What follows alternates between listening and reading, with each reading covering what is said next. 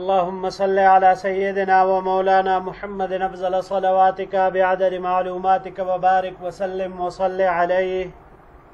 بسم اللہ الرحمن الرحیم. عزیز طلباء کرام، امید ہے انشاءاللہ العزیز آپ سب خیر و عافیت کے ساتھ ہوں گے. جامع السنن الترمذی جلد ثانی کے ابواب الدعوات عن رسول اللہ صلی اللہ علیہ وسلم کے ایک اور باب ما جاء فی القوم یجلسون فیذکرون اللہ ما لهم من الفضل. اس کے ساتھ اللہ جل شانہ کے فضل و کرم سے ایک مرتبہ پھر آپ حضرات کے خدمت میں حاضر ہونے کا موقع ملا. بحمد اللہ تعالی. عزیز طلباء کرام، آج ہمارا سبق نمبر 449 ہے، تو بڑھتے ہیں اپنے سبق کی طرف. باب ما جاء فی القوم یجلسون فیذکرون اللہ ما لهم من الفضل. یہ باب ہے ان لوگوں کے بارے میں جو مل کر اللہ کا ذکر کرتے ہیں تو ان کی فضیلت کیا ہے. یعنی یہاں پر اجتماعی ذکر کی فضیلت بیان ہو رہی ہے. وبه قال حدثنا محمد بن بشار قال حدثنا عبد الرحمن بن مهدي قال حدثنا سفيان عن ابي اسحاق عن الاغر ابي مسلم انه شهد على ابي هريرة وابي سعيد الخدري رضي الله تعالى عنهما انهما شهدا على رسول الله صلى الله عليه وسلم انه قال. ہمیں روایت کی محمد بن بشار نے، انہوں نے روایت کی عبد الرحمن بن مہدی سے، انہوں نے سفیان سے، انہوں نے ابو اسحاق سے، انہوں نے ابو مسلم الاغر سے، انہوں نے حضرت ابو ہریرہ اور ابو سعید خدری رضی اللہ تعالی عنہ سے یقینی خبر دیتے ہیں. انہوں نے خبر دی ان دونوں حضرات سے، اور ان دونوں حضرات نے یقینی خبر دی آپ علیہ السلام کی جانب سے کہ آپ علیہ السلام نے ارشاد فرمایا: ما من قوم یذکرون اللہ الا حفت بهم الملائکۃ وغشیتهم الرحمۃ ونزلت علیہم السکینۃ وذکرہم اللہ فی من عنده. کہ جب بھی کچھ لوگ بیٹھ کر اللہ کا ذکر کرتے ہیں تو فرشتے ان کو گھیر لیتے ہیں، یعنی ان کو ڈانپ لیتے ہیں، اپنے کنف عنایت میں لے لیتے ہیں، اور ان پر رحمت الہی چاہ جاتی ہے. وَنَزَلَتْ عَلَيْهِمُ السَّكِينَةُ، ان پر سکینہ نازل ہوتی ہے. وَذَكَرَهُمُ اللَّهُ فِي مَنْ عِنْدَهُ، اور اللہ جل شانہ ان کا تذکرہ اپنے مقرب فرشتوں میں کرتے ہیں. هذا حدیث حسن صحیح، یہ حدیث حسن صحیح ہے. اگلا روایت بھی ساتھ میں ملاتے ہیں جی. وبه قال حدثنا محمد بن بشار قال حدثنا مرحوم بن عبد العزيز العطار قال حدثنا ابو نعامة عن ابي عثمان النهدي عن ابي سعيد الخدري رضي الله تعالى عنه قال.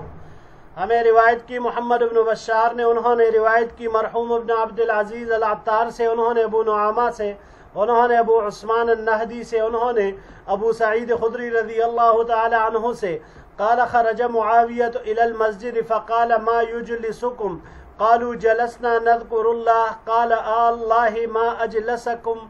الا ذاك قالوا والله ما اجلسنا الا ذاك. ابو سعید خدری رضی اللہ تعالی عنہ نے فرمایا کہ حضرت معاویہ رضی اللہ تعالی عنہ مسجد میں تشریف لائے تو وہاں پر ایک حلقہ قائم تھا. تو معاویہ رضی اللہ تعالی عنہ نے پوچھا تم یہاں کس لیے بیٹھے ہو؟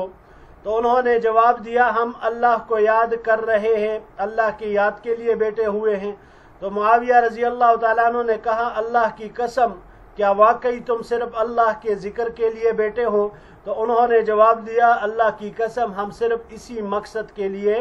اسی مقصد سے بیٹھے ہوئے ہیں. قال اما انی لم استحلفکم تہمة لکم وما كان احد بمنزلتي من رسول الله صلى الله عليه وسلم اقل حديثا عنه مني. حضرت معاویہ رضی اللہ تعالی عنہ نے ان کو فرمایا کہ آپ لوگوں کو یہ پتہ ہونا چاہیے کہ میں نے کسی بدگمانی یا تہمت کی وجہ سے آپ لوگوں کو قسم نہیں دی، بلکہ میرا ایسا کرنا یہ آپ علیہ الصلوۃ والسلام کے سنت پر عمل کرنا ہے۔ جس درجے کا تعلق اور قرب مجھے حضور نبی کریم صلی اللہ علیہ وسلم سے حاصل تھا، اس درجے کا کوئی آدمی مجھ سے کم حدیثیں بیان کرنے والا نہیں ہے۔ اس جملے کا مطلب یہ ہے عزیز طلباء کرام کہ میں احتیاط کی وجہ سے آپ علیہ الصلوۃ والسلام سے بہت ہی کم حدیثیں بیان کرتا ہوں، یہ احتیاط کی وجہ سے، ورنہ میرا جو آپ صلی اللہ علیہ وسلم سے تعلق تھا اس میں مجھے اور زیادہ روایتیں بیان کرنی چاہیے تھی۔ اب یہ کس وجہ سے؟ تو میں احتیاط کی وجہ سے یہ کم بیان کرتا ہوں۔ ان رسول اللہ صلی اللہ علیہ وسلم خرج على حلقة من اصحابه فقال ما يجلسكم قالوا جلسنا نذكر الله ونحمده لما هدانا للاسلام ومن علينا به۔ بے شک حضور نبی کریم صلی اللہ علیہ وسلم اپنے صحابہ کرام کے پاس جو کہ ایک حلقہ میں تشریف فرماتے، آپ علیہ الصلوۃ والسلام تشریف لائے تو آپ علیہ السلام نے پوچھا آپ لوگ یہاں کیوں بیٹھے ہو؟ انہوں نے جواب دیا کہ ہم آپس میں جڑے بیٹھے ہیں، اللہ کا ذکر کر رہے ہیں، اور اللہ نے جو ہماری دین اسلام کی طرف رہنمائی فرمائی اور ہمارے اوپر احسان عظیم فرمایا، ہم اس پر اللہ کی حمد و ثنا کر رہے ہیں۔ فقال اللہ ما اجلسکم الا ذاک، قالوا اللہ ما اجلسنا الا ذاک۔ حضور نبی کریم صلی اللہ علیہ وسلم نے پوچھا اللہ کی قسم کیا تم لوگ اسی مقصد کے لیے بیٹھے ہو؟ صحابہ نے عرض کیا یا رسول اللہ کی قسم ہم اسی مقصد کے لیے بیٹھے ہیں۔ قال اما انی لم استحلفکم لتہمت لکم انہو اتانی جبرائیل واخبرنی ان اللہ یباہی بکم الملائکہ۔ حضور نبی کریم صلی اللہ علیہ وسلم نے فرمایا میں نے کسی بدگمانی کی وجہ سے آپ لوگوں کو قسم نہیں دی، بلکہ بات یہ ہے کہ میرے پاس جبرائیل امین آئے اور مجھے بتلایا کہ اللہ جل شانہ فرشتوں کے سامنے آپ لوگوں کا فخریہ ذکر فرما رہے ہیں۔ ھذا حدیث حسن غریب، یہ حدیث حسن غریب ہے، لا نعرفہ الا من ھذا الوجہ، ہم نہیں جانتے اسے مگر اسی طریق سے۔ وابو نعامۃ السعدی اسمہ عمرو بن عیسیٰ، ابو نعامہ السعدی ان کا نام عمرو بن عیسیٰ ہے، یہ جو راوی یہاں پر آئے ہیں جن سے عبدالعزیز العطار روایت کرتے ہیں۔ وہ ابو عثمان النہدی اسمہ عبد الرحمن ابن ملن، اور ابو عثمان النہدی جن سے ابو نعامہ نے روایت کی ہے ان کا نام عبد الرحمن ابن مل ہے۔ جی عزیز طلباء کرام، ان دونوں روایتوں میں اور اس باب میں مسلمانوں کا آپس میں جمع ہو کر اللہ جل شانہ کے محبت میں باہمی شوق اور رغبت کے ساتھ اس کا ذکر کرنا، یہ ذکر ہوا۔ لیکن یاد رکھیے گا یہ صرف ذکر تک خاص نہیں ہے، اس میں اگر طالب علم بیٹھ کر سبق پڑھ رہے ہو، تکرار کر رہے ہو وہ بھی داخل ہے، اگر عوام بیٹھے ہو کسی عالم کی تقریر سن رہے ہو وہ بھی داخل ہے، تلاوت کر رہے ہو وہ بھی داخل ہے، سیکھنا سکھانا چل رہا ہو وہ بھی داخل ہے، ذکر جہری یا ذکر سری کر رہے ہوں وہ بھی اس میں داخل ہے، کیونکہ ذکر چاہے سری ہو یا جہری وہ رحمت خداوندی کو کھینچتا ہے۔ تو ایسے مجلسوں کو فرشتے ڈھونڈتے ہیں، اور فرشتے جب ایسی مجلسوں کو پا لیتے ہیں تو ان کو گھیر لیتے ہیں، اور یہی وجہ ہے کہ ذاکرین جو کہ شریعت کے آداب، شریعت کے دائرے میں رہتے ہوئے ذکر کرتے ہیں، ان کے چہروں سے جو نور ہمیں چلکتا ہوا نظر آتا ہے وہ اسی ذکر اللہ کی برکت ہوتی ہے۔ اجتماعی ذکر میں انفرادی ذکر سے کہیں زیادہ فوائد ہے، یہی وجہ ہے کہ سالکین حضرات عموماً اسی کا اہتمام کرتے ہیں، مگر کچھ لوگ ہوتے ہیں جو اس میں غلو کرتے ہیں پھر، اور اتنا زیادہ اس سے شور شرابہ اور پھر وہ والی کیفیت بن جاتی ہے کہ جو ذکر اللہ سے مقصود ہوتا ہے اللہ کی یاد، وہ والی کیفیت نہیں رہتی اور وہ والا فائدہ حاصل نہیں ہوتا، اس لیے اس سے اجتناب بہرحال کرنا چاہیے۔ اور ایک روایت میں بھی ہے کہ آپ علیہ الصلوۃ والسلام نے ایک سفر میں کہ جب صحابہ کرام اونچی آواز سے ذکر کر رہے تھے تو آپ علیہ الصلاۃ والسلام نے فرمایا کہ اپنے اوپر نرمی کرو، یعنی کیوں اپنے اوپر سختی کر رہے ہو؟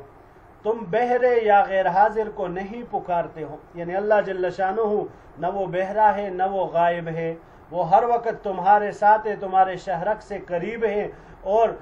سننے والا ہے، خوب سننے والے کو تم پکار رہے ہو۔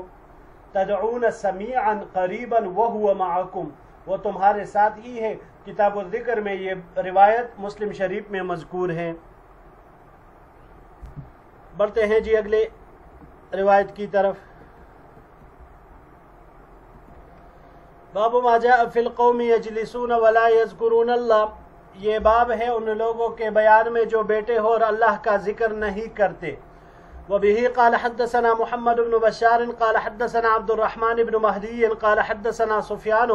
عن صالح مولى التوأمة عن ابي هريرة رضي الله تعالى عنه عن النبي صلى الله عليه وسلم قال، ہمیں روایت کی محمد بن بشار نے، انہوں نے روایت کی عبد الرحمن بن مہدی سے، انہوں نے سفیان سے، انہوں نے صالح سے جو کہ توأمہ کے مولا ہے، انہوں نے ابو ہریرہ رضی اللہ تعالیٰ عنہ سے، اور انہوں نے حضور نبی کریم صلی اللہ علیہ وسلم سے قال، آپ علیہ السلام نے ارشاد فرمایا، ما جلس قوم مجلسا لم يذكروا الله فيه ولم يصلوا على نبيهم الا كان عليهم طرة فإن شاء عذبهم وإن شاء غفر لهم۔ جو بھی قوم کسی ایسی مجلس میں بیٹھتی ہے جس میں اس نے اللہ کا ذکر نہیں کیا اور انہوں نے اپنے نبی پر درود نہیں بھیجا تو وہ مجلس ان پر حسرت اور ندامت ہوتی ہے، پھر اگر اللہ تعالیٰ چاہے تو ان کو سزا دیں گے اور اگر اللہ تعالیٰ چاہیں گے تو ان کو معاف کر دیں گے۔ ھذا حدیث حسن، یہ حدیث حسن ہے۔ وقد روی عن ابی ہریرہ عن النبی صلی اللہ علیہ وسلم من غیر وجہ، اور یہ روایت حضرت ابو ہریرہ رضی اللہ تعالیٰ عنہ سے اور انہوں نے نبی کریم صلی اللہ علیہ وسلم سے مروی کی ہے۔ یہ ابو ہریرہ رضی اللہ تعالیٰ عنہ سے ایک اور سند سے بھی مروی ہے۔ عزیز طلباء کرام، ذکر اللہ سے غفلت ہوتی ہے تو انسان کا دل پھر دنیا کی طرف مائل ہوتا ہے اور صفت احسان سے دوری آتی ہے، سابقہ باتیں بھول جاتا ہے، اور پھر انسان ایک ایسا، اس کے اوپر وہ ایک ایسی کیفیت طاری ہو جاتی ہے کہ ذکر کی طرف اس کی توجہ ہی نہیں جاتی، اللہ کی طرف اس کی توجہ ہی نہیں جاتی، دنیا اور دنیا کے چیزوں کے پیچھے وہ لگ جاتا ہے، کیونکہ غفلت یہ حالت دوزخ کی طرف اور ہر برائی کی طرف دعوت دینے والی ہے۔ جس انسان کے اوپر بھی غفلت طاری ہو جاتی ہے تو پھر وہ ہر برائی کی طرف اس کو بلاتی ہے، اور ہر برائی کی طرف بلانا ایسا ہے کہ دوزخ کی طرف اس کو دعوت دے رہی ہو، تو یہ گویا کہ گاٹا ہی گاٹا ہے، اور یہ انسان آخرت میں صرف حسرت ہی کرتا رہے گا۔ باب ما جاء ان دعوت المسلم مستجابۃ، یہ باب ہے اس بیان میں کہ مسلمان کی دعا ضرور قبول کی جاتی ہے۔ وبه قال حدثنا قتيبة قال حدثنا ابن لهيعة عن ابي الزبير عن جابر قال سمعت رسول الله صلى الله عليه وسلم يقول، ہمیں روایت کی قتیبہ نے، انہوں نے ابن لہیعہ سے، انہوں نے ابو الزبیر سے، انہوں نے جابر رضی اللہ تعالی عنہ سے، انہوں نے کہا کہ میں نے حضور نبی کریم صلی اللہ علیہ وسلم کو فرماتے ہوئے سنا، ما من احد يدعو بدعاء الا آتاه الله ما سأل او كف عنه من سوء مثله ما لم يدعو بإثم او قطيعة رحم۔ حضور نبی کریم صلی اللہ علیہ وسلم نے ارشاد فرمایا کہ جو بھی مسلمان بندہ کوئی دعا کرتا ہے تو اللہ تعالیٰ اس کو وہ چیز عنایت فرماتے ہیں جو اس نے مانگی ہو، یا اس سے کوئی ویسی ہی برائی دور کرتے ہیں جب تک کہ وہ کسی گناہ یا قطع رحمی کی دعا نہ کرے۔ وفی الباب عن ابی سعید وعبادہ بن صامت، اس باب میں حضرت ابو سعید اور عبادہ ابن صامت رضی اللہ تعالی عنہما سے بھی روایات مروی ہے۔ اس روایت سے عزیز طلباء کرام دو باتیں ہمیں معلوم ہوئی، ایک تو دعا کا قبول ہونا اور دوسری ہے مانگی ہوئی چیز کا مل جانا۔ اب کچھ لوگ ہیں جو دونوں کو ایک ہی چیز سمجھ رہے ہوتے ہیں کہ انہوں نے جو کچھ مانگا ہے وہ مل جاتا ہے تو وہ سمجھتے ہیں کہ بھائی میری دعا قبول ہوئی، اور اگر وہ مانگی ہوئی چیز نہ ملے تو پھر یہ سمجھتے ہیں کہ بھائی میری دعا قبول نہیں ہوئی۔ یہ بات یاد رکھیے گا، یہ ہمارے اندر بہت بڑی غلط فہمی پائی جاتی ہے۔ مسلمان کی کوئی دعا رد نہیں کی جاتی،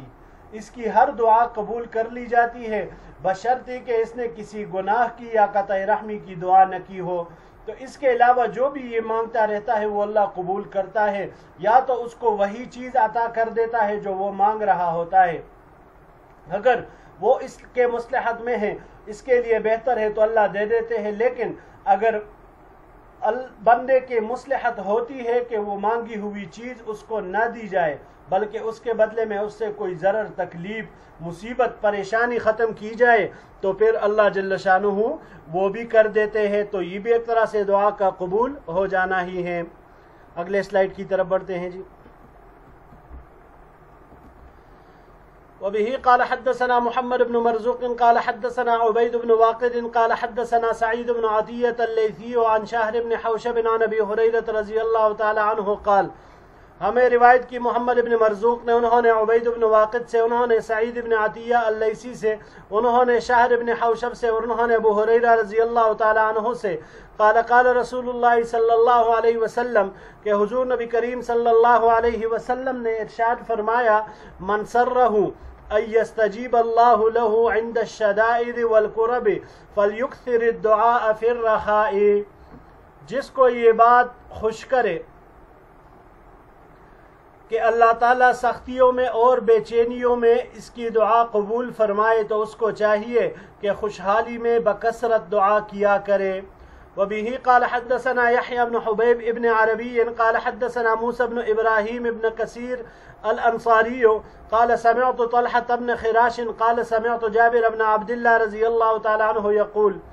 ہمیں روایت کی یحییٰ ابن حبیب ابن عربی نے، انہوں نے موسیٰ ابن ابراہیم ابن کثیر الانصاری سے، انہوں نے کہا کہ میں نے طلحہ ابن خراش کو سنا، وہ کہہ رہے تھے کہ میں نے جابر ابن عبداللہ رضی اللہ تعالیٰ عنہ کو فرماتے ہوئے سنا۔ جابر رضی اللہ تعالیٰ عنہ نے فرمایا، سمعت رسول اللہ صلی اللہ علیہ وسلم یقول افضل الذکر لا الہ الا اللہ وافضل الدعاء الحمد للہ،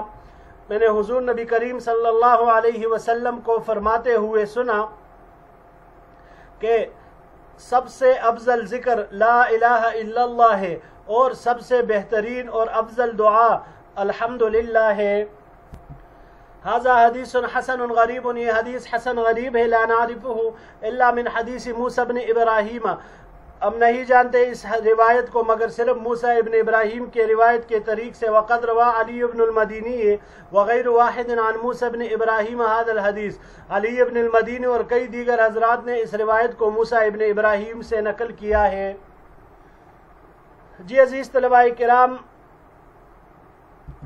پہلی روایت میں ہم نے پڑھا کہ جو انسان یہ بات پسند کرتا ہے کہ تکالیف اور شدائد مصیبتوں کے وقت اس کی دعا قبول ہو تو اسے چاہیے کہ خوشحالی میں بھی اللہ سے مانگے۔ ہمارا مسئلہ عام طور پر یہی ہے کہ ہم صرف تکالیف میں دعائیں مانگتے ہیں، مصیبتوں کے وقت دعا مانگتے ہیں، اگر خوشحالی ہو تو پھر ہم اللہ کے حضور ہاتھ اٹھاتے ہی نہیں۔ تو جب ہم اپنی خوشحالی میں اپنے رب کو یاد نہ کریں تو پھر ہمارے تکلیفوں میں وہ ہماری بات کہاں سنے گا۔ دوسری روایت میں جو بہترین دعا کا ذکر آیا الحمدللہ، تو وجہ اس کی یہ ہے کہ دعا کی دو قسمیں ہیں۔ ایک قسم وہ جس سے دل و دماغ عظمت خداوندی سے لبریز ہو جاتے ہیں اور انسان کے دل میں نیازمندی کی کیفیت پیدا ہو جاتی ہے، اور دوسری وہ جس کے ذریعے دنیا اور آخرت کی خیر طلب کی جاتی ہے، شر سے حفاظت کی درخواست کی جاتی ہے۔ تو الحمدللہ اس میں یہ دونوں باتیں جمع ہیں۔ بڑھتے ہیں جی اگلی روایت کی طرف۔ وبه قال حدثنا ابو قريب ومحمد بن عبيد المحاربي قال حدثنا يحيى بن زكريا ابن ابي زائدة عن ابيه عن خالد بن سلمة عن البهي عن عروة عن عائشة رضي الله تعالى عنها قالت كان رسول الله صلى الله عليه وسلم يذكر الله على كل أحيانه ہمیں روایت کی ابو قریب نے انہوں نے محمد ابن عبید المحاربی نے، یہ دونوں حضرات فرماتے ہیں ہمیں روایت کی یحییٰ ابن زکریہ ابن ابو زائدہ نے، انہوں نے اپنے والد سے یعنی زکریہ ابن ابو زائدہ سے، انہوں نے خالد ابن سلمہ سے، انہوں نے بہی سے، انہوں نے عروہ سے، اور انہوں نے ام المؤمنین عائشہ صدیقہ رضی اللہ تعالی عنہا سے، وہ فرماتی ہے کہ حضور نبی کریم صلی اللہ علیہ وسلم ہر حال میں اللہ کا ذکر کیا کرتے تھے۔ ھذا حدیث حسن غریب، یہ حدیث حسن غریب ہے، لا نعرفہ الا من حدیث یحییٰ ابن زکریہ ابن ابی زائدہ، ہم نہیں جانتے اس کو مگر صرف یحییٰ ابن زکریہ ابن ابی زائدہ کے طریق سے، اس کے حدیث سے۔ والبہی اسمہ عبداللہ، بہی یہ جو راوی یہاں پر آئے ان کا نام عبداللہ ہے۔ عزیز طلباء کرام، ہر حال میں اللہ کا ذکر، ایک ذکر عام ہے، ذکر اللہ عام ہے، تلاوت قرآن بھی شامل ہے، ہر ایک چیز۔ دوسرا احوال بھی عام ہوتے ہیں، چاہے انسان پاکی کے حالت میں ہو یا ناپاکی کے حالت میں ہو، بیٹا ہو، لیٹا ہو، کھڑا ہو، چل رہا ہو، تو ہر حال میں ذکر اللہ یہ کرنی چاہیے۔ باب ما جاء ان الداعی یبدأ بنفسہ، یہ باب اس بیان میں ہے کہ دعا کرنے والا پہلے اپنے لیے دعا کرے۔ وبہ قال حدثنا نصر بن علی الکوفی قال حدثنا ابو قطن عن حمزة الزیات عن ابی اسحاق عن سعید بن جبیر عن ابن عباس رضی اللہ تعالی عنہما عن ابی بن کعب رضی اللہ تعالی عنہ، ہمیں روایت کی نصر بن علی الکوفی نے، انہوں نے ابو قطن سے، انہوں نے حمزة الزیات سے، انہوں نے ابو اسحاق سے، انہوں نے سعید بن جبیر سے، انہوں نے عبداللہ ابن عباس رضی اللہ تعالی عنہما سے، انہوں نے ابی بن کعب رضی اللہ تعالی عنہ سے، ان رسول اللہ صلی اللہ علیہ وسلم کان اذا ذکر احدا فدعا له بدأ بنفسه، کہ حضور نبی کریم صلی اللہ علیہ وسلم کسی کو یاد کرتے اور اس کے لیے دعا کرتے تو پہلے اپنے لیے مانگتے، پھر اس کے لیے دعا فرماتے۔ ھذا حدیث حسن غریب صحیح، یہ حدیث حسن غریب صحیح ہے۔ وابو قطن اسمہ عمرو بن الحیثم، ابو قطن یہ جو راوی آئے اس میں تو ان کا نام عمرو بن الحیثم ہے۔ عزیز طلباء کرام، دعا کا ایک ادب یہ بھی ہے کہ جب بھی انسان کسی دوسرے کے لیے کوئی چیز مانگے تو سب سے پہلے اسے اپنے لیے دعا کرنی چاہیے، اپنے لیے مانگنا چاہیے۔ وجہ اس کی یہ ہے کہ جو صرف دوسروں کے لیے مانگتا ہے تو یہ ایک طرح سے وہ سفارش کرنا ہوتا ہے، جبکہ کامل عبدیت کا تقاضا یہ ہے کہ انسان پہلے اپنے لیے مانگے، سائل بن کر خود اپنے آپ کو محتاج سمجھے، اپنے لیے مانگے اور پھر دوسروں کے لیے مانگے۔ بڑھتے ہیں جی آخری سلائیڈ کی طرف۔ باب ما جاء فی رفع الایدی عند الدعاء، یہ باب ہے دعا کے وقت ہاتھ اٹھانے کے بیان میں۔ وبه قال حدثنا ابو موسى محمد بن المثنى وابراهيم بن يعقوب وغير واحد قالوا حدثنا حماد بن عيسى الجهني عن حنظلة بن ابي سفيان الجمحي عن سالم بن عبد الله عن ابيه عن عمر بن الخطاب رضي الله تعالى عنه قال، ہمیں روایت کی ابو موسیٰ محمد بن المثنى نے اور ابراہیم ابن یعقوب اور کئی دیگر حضرات نے، یہ سب فرماتے ہیں ہمیں روایت کی حماد ابن عیسیٰ الجوہنی نے، انہوں نے حنظلہ ابن ابو سفیان الجمحی سے، انہوں نے سالم ابن عبداللہ سے، انہوں نے اپنے والد عبداللہ سے، انہوں نے حضرت عمر ابن الخطاب رضی اللہ تعالی عنہ سے، قالا کہ آپ رضی اللہ عنہ نے فرمایا، کان رسول اللہ صلی اللہ علیہ وسلم اذا رفع یدیہ فی الدعاء لم یحطہما حتی یمسح بہما وجہہ، کہ حضور نبی کریم صلی اللہ علیہ وسلم جب بھی دعا کے لیے ہاتھ اٹھاتے تھے تو دونوں کو نہیں گراتے تھے یہاں تک کہ ان کو اپنے چہرے پر پھیرتے تھے۔ قال محمد بن المثنى فی حدیثہ لم یردہما حتی یمسح بہما وجہہ، محمد بن المثنى نے اپنے حدیث میں لم یحطہما کی جگہ لم یردہما کہا ہے۔ ھذا حدیث غریب لا نعرفہ الا من حدیث حماد بن عیسیٰ، یہ حدیث غریب ہے، ہم اسے نہیں جانتے مگر حماد بن عیسیٰ کی روایت سے۔ وقد تفرد به وهو قلیل الحدیث، اور وہ اس روایت پر متفرد ہے اور قلیل الحدیث بھی ہے۔ وقد حدث عنہ الناس، وحنزلة بن ابی سفیان الجمحی ثقۃ وثقہ یحییٰ ابن سعید القطان، اور کبھی کبھی ان سے کچھ لوگ روایت بھی کرتے ہیں۔ حنزلہ ابن ابو سفیان الجمحی یہ ثقہ ہے، یحییٰ ابن سعید القطان نے ان کی توثیق کی ہے۔ جی عزیز طلباء کرام، دعا کے لیے ہاتھ اٹھانا اور دعا کرنے کے بعد اس کو اپنے چہرے پر پھیرنا۔ سائل جب بھی کوئی سوال کرتا ہے تو وہ سراپے التجا بن جاتا ہے، تو اپنے رب کے سامنے سراپے التجا بن جانا، اپنے پورے وجود کو اس طور پر اپنے رب کے سامنے جھکانا کہ خود کو سب سے کمتر اور ایک کمتر سائل سمجھے، تو اس سے نفس کے اوپر بھی انسان کو غلبہ کرنے کا موقع ملتا ہے، اس پر کنٹرول حاصل کر سکتا ہے، اور اپنے رب سے جو چیز مانگتا ہے تو اس میں بھی کمال عاجزی کا ظہور ہوتا ہے۔ تو لہٰذا ہاتھ دونوں اٹھانے چاہیے، پھر اس ہاتھ کو اپنے منہ پر پھیرنا کہ امید براری کی یہ تصویر ہوتی ہے۔ مطلب یہ ہوتا ہے کہ میں نے جو اپنے رب کے حضور میں یہ دونوں ہاتھ اٹھائے ہوئے تھے تو یہ ہاتھ خالی نہیں رہے، میرے رب کی رحمت سے کچھ نہ کچھ اسے ضرور ملا ہے، تو اسی وجہ سے وہ اسے اپنے بدن کے سب سے اشرف عضو جو کہ چہرہ ہے اسی پر پھیر لیتا ہے۔ باب ما جاء فی من یستعجل فی دعائہ، یہ باب ہے اس شخص کے بیان میں جو کہ عجلت پسندی میں قبولیت دعا کو ترجیح دیتا ہے۔ یعنی انسان کو اپنے رب سے دعا مانگنی چاہیے، لیکن پھر یہ نہ ہو کہ بس یہی امید ہو کہ بس یہ جلدی قبول ہو جائے، فوراً قبول ہو جائے، ایسا نہیں کرنا چاہیے۔ وبه قال حدثنا الانصاری قال حدثنا مان قال حدثنا مالک عن ابن شہاب عن ابی عبید مولا ابن ازہر عن ابی ہریرہ عن النبی صلی اللہ علیہ وسلم۔ ہمیں روایت کی انصاری نے، انہوں نے مان سے، انہوں نے مالک سے، انہوں نے ابن شہاب سے، انہوں نے ابی عبید سے، انہوں نے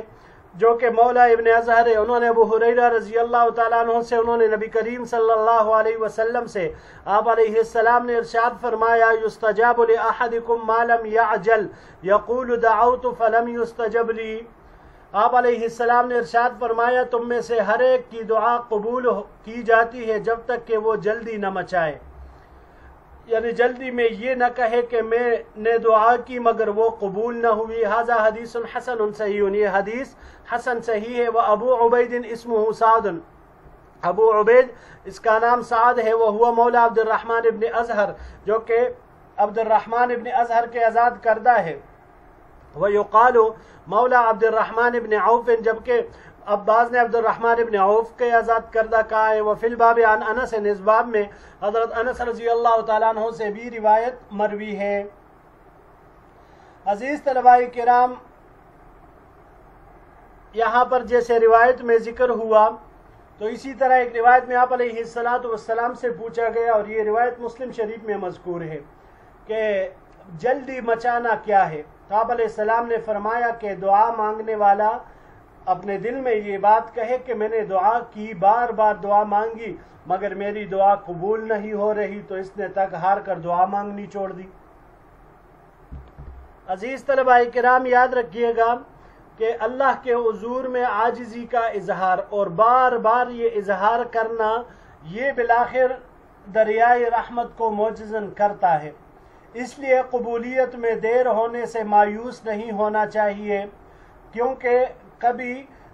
ایسا ہوتا ہے کہ دعا کا تسلسل، انسان جس تسلسل سے مانگتا رہتا ہے تو وہ تقرب اور ترقی کا ایک خاص ذریعہ بن جاتا ہے، مگر صرف یہی مسئلہ ہوتا ہے کہ انسان اسے سمجھ نہیں پاتا، ورنہ اس میں اس کے لیے بہت ہی زیادہ فائدے ہوتے ہیں۔